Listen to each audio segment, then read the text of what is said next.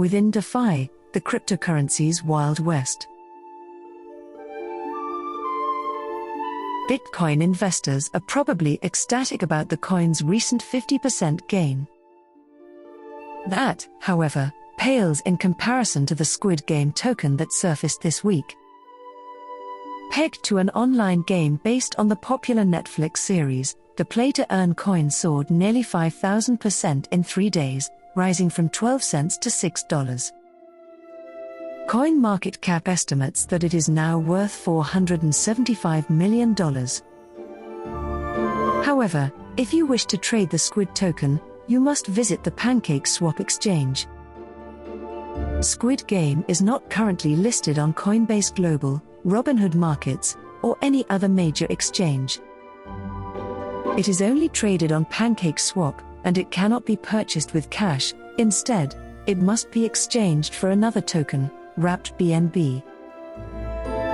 Welcome to decentralized finance, or DeFi, the cryptocurrency industry's newest frontier and one of its fastest-growing segments. DeFi is a collection of freewheeling marketplaces where thousands of tokens are listed and traded without any central authority oversight. Other DeFi networks are made up of massive lending platforms that function similarly to crowdfunded money markets or trading order books. Users contribute their cryptocurrency to a liquidity pool in exchange for fees paid by potential borrowers. Rates can reach 10%, depending on the cryptocurrency and the size of the pool. This is an area that is rapidly expanding.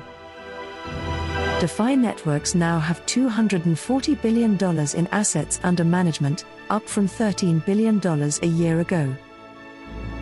Traders make fortunes, or lose them, by exchanging tokens that can surge 1,000% overnight or by pledging their coins to liquidity pools in exchange for high yields. DeFi also has an impact on centralized exchanges, which see the technology as both a threat and an opportunity. However, regulators are unsatisfied. They see DeFi as a form of crypto anarchy that needs to be contained, though no one knows how.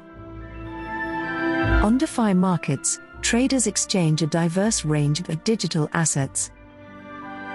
Along with the major cryptocurrencies, legions of altcoins are traded on decentralized exchanges, or DEXs, which act as automated market makers, matching buyers and sellers via algorithms.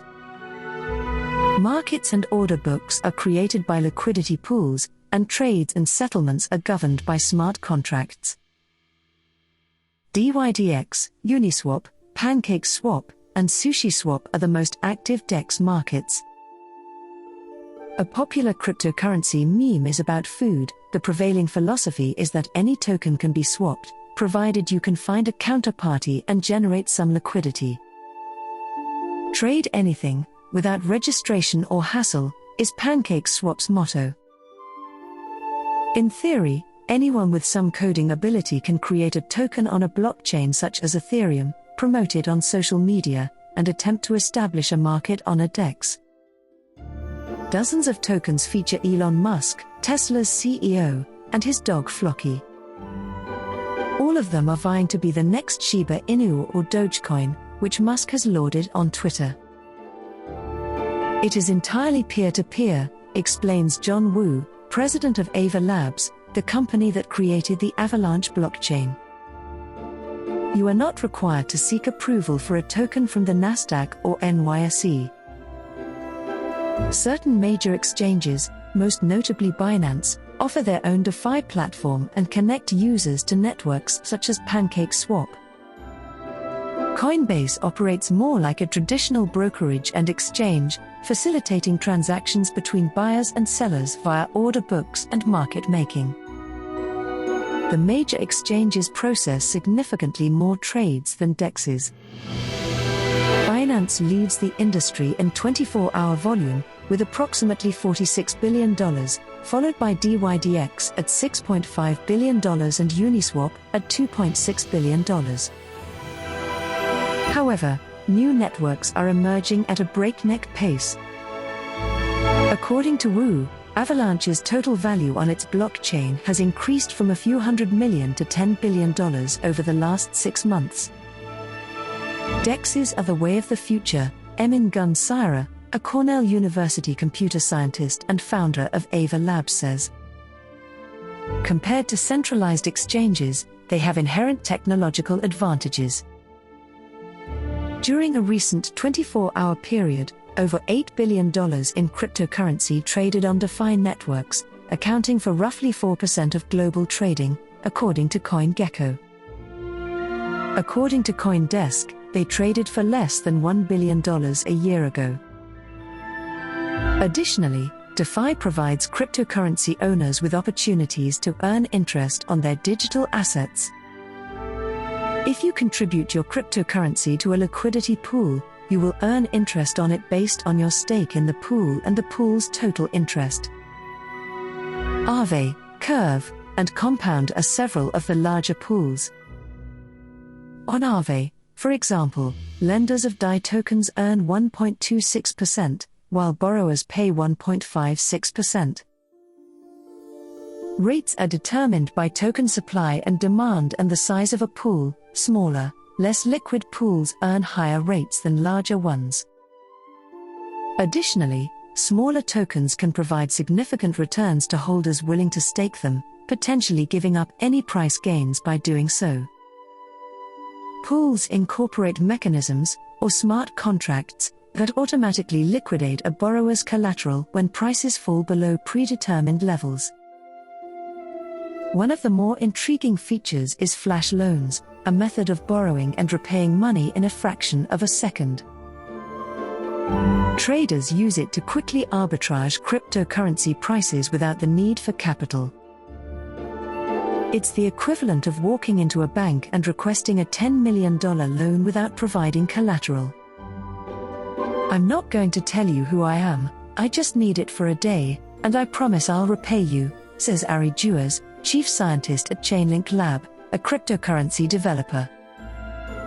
Due to the atomized nature of transactions, if the borrower defaults on the loan, the entire transaction is terminated. While this all sounds fantastic for crypto adventure, it is quickly becoming a nightmare for regulators. Gary Gensler, the chairman of the Securities and Exchange Commission, has indicated his desire for a regulatory ring around DeFi. According to attorneys in the industry, the SEC is investigating whether DeFi platforms operate as unregistered exchanges and whether tokens qualify as securities under the Securities Act of 1933. The Securities and Exchange Commission, SEC, did not respond to a request for comment. One source of concern is that DeFi platforms, which do not require anti-money laundering or know your customer compliance, have developed into havens for anonymous trading. Traders gain access by connecting a digital wallet to an exchange. Wallets such as MetaMask, which has 11 million users, do not require users to verify their identities.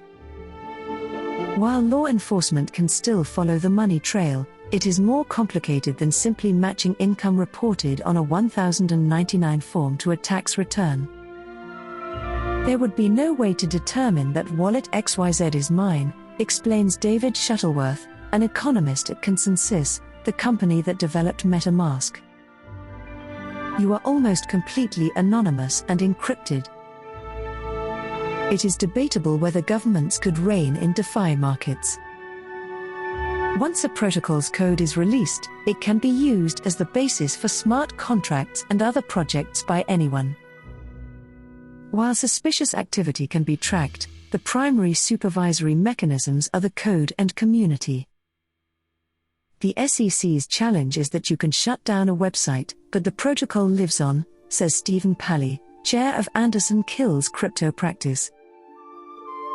The Securities and Exchange Commission, SEC, recently opened an investigation into Uniswap Labs, the company that created the Uniswap protocol. According to industry attorneys, the agency is investigating whether Uniswap is operating an unregistered exchange or broker/dealer, as well as whether the tokens it issued should be registered as securities. Uniswap Labs declined to comment and referred Barron's to a statement in which the company stated that it is committed to adhering to all applicable laws and regulations governing our industry. The Securities and Exchange Commission, SEC, did not respond to a request for comment. Regulators face a dilemma because financial laws enacted in the 1930s and 1940s do not apply to crypto in the 21st century. Instead of large companies like Citadel Securities, open source code and protocols have displaced broker or dealers and exchanges. Digital wallets provide liquidity and make markets. Gensler recently testified before Congress that many tokens may qualify as securities, but this is not universally accepted. They are classified as commodities by the Commodity Futures Trading Commission, CFTC. Even if regulators were to band together and agree on a method of policing the industry, the end result would be unclear. Regulators have the authority to take action against companies or foundations that administer the networks. However, if the technology is shut down in the United States, it may cross national borders and appear elsewhere. These technologies are unstoppable, Syra asserts. While regulators may attempt to rein them in, a truly decentralized exchange cannot be halted. Naturally, one solution would be to rewrite the cryptographic rules. Although the SEC has released frameworks, it has not issued any public rulemaking. Furthermore, Congress appears to be divided on numerous crypto-related issues. Democrats advocate for increased investor protections and tax reporting requirements, while Republicans argue that businesses should be granted safe harbors in order to develop new products and services. For the time being, the SEC appears to be regulating through enforcement, initiating investigations and attempting to coax businesses or tokens into registering. However, businesses argue that clear rules would be necessary to justify the registration process. Regulations would also be required for securities exchanges to list and offer crypto assets. The US government is not alone in its concern over DeFi. The underlying blockchain technology is a threat to authoritarian regimes such as China, where cryptocurrency transactions are increasingly viewed as subversive. Numerous DeFi tokens experienced a surge in value immediately following China's recent crackdown, indicating that traders in the country may have shifted to DEXs. Cryptocurrency newcomers should avoid dabbling in DeFi unless they are fully aware of the risks. Sophisticated apps are now scouring DEXs for high-yield opportunities and trades, which disadvantages small investors. DEXs may be rife with market manipulation as microcoins dubbed meme are pumped and dumped. Additionally, fees can be quite high, depending on the liquidity pool size and the nature of the token being traded.